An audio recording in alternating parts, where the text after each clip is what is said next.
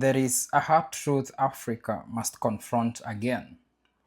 Every time conflict erupts in the Middle East, African economies feel it, not because they are part of the war, but because they are tied to it. And once again, as tensions rise and oil markets tighten, we are reminded of something deeply uncomfortable. Africa is still importing instability. When oil prices spike, transport costs rise. When fuel becomes scarce, electricity becomes expensive. And when energy costs go up, food prices follow. Inflation creeps in, governments crumble, and citizens are told to be patient. But let's be honest, this isn't patience, this is vulnerability.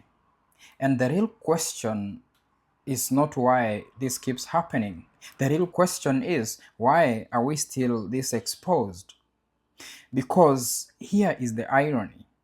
Africa is not energy poor. Africa is energy rich. We sit on some of the world's highest solar potential. We have vast wind corridors. We have hydro resources. We have geothermal potential, especially in places like my country, Kenya. We have natural gas reserves. And we hold critical minerals that are powering the global clean energy transition.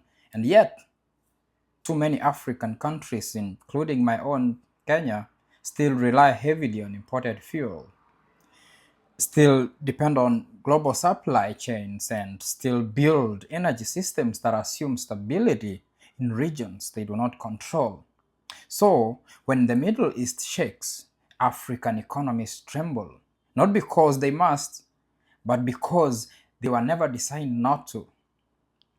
And this is where the lesson becomes unavoidable.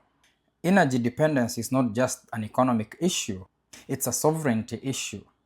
Because if your energy system collapses every time someone else goes to war, then your development is not yours. Your economy is not fully yours. Your stability is not fully yours. So, what does energy independence actually mean for Africa? It does not mean every country suddenly produces all its oil and gas. That is not realistic. And frankly, it's not even the smartest goal. The real goal is energy resilience, the ability to withstand global shocks like what we are seeing right now, the ability to keep the lights on, the prices stable, and economies moving, even when the world is unstable.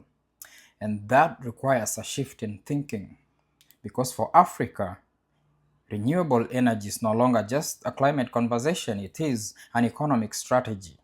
Solar is not just about saving the planet, it's about stabilizing electricity costs.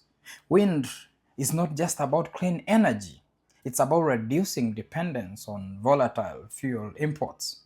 Regional power grids are not just infrastructure projects, they are instruments of collective security.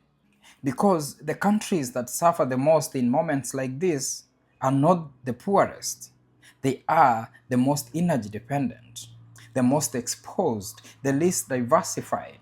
And what we often see in response is the same cycle: emergency fuel subsidies, short term borrowing, political reassurance, especially during election seasons, temporary fixes. But these are not solutions, these are reactions. And Africa cannot keep reacting to the same crisis over and over again without changing the system that produces it. Because energy insecurity is not just about power, it affects everything. It affects manufacturing, it affects agriculture, it affects jobs, it affects the cost of living, it affects political stability. It shapes the everyday reality of millions of people. So this moment, this war, this disruption, this spike in global energy prices should not just concern African leaders, it should challenge them. It should force a deeper question. What will it look like for Africa to truly control its energy future? Because the answer is not somewhere in the Strait of Hormuz. It's not in the global oil markets. It's not in waiting for stability elsewhere. The answer is at home.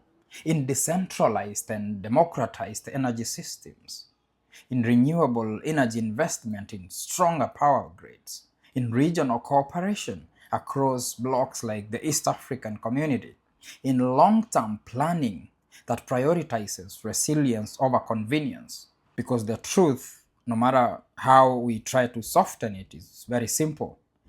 Africa cannot import its way to energy security, and it cannot keep outsourcing its stability to a world that is increasingly unstable. At some point, the lesson must stick. At some point, the system must change. At some point, energy independence must move on from aspiration to strategy, because for Africa, energy independence is not a luxury. It is not optional. It is not even about development. It's about dignity. It's about control. It's about freedom. And in a world shaped by conflict, volatility, and uncertainty, that may be the most important power of all.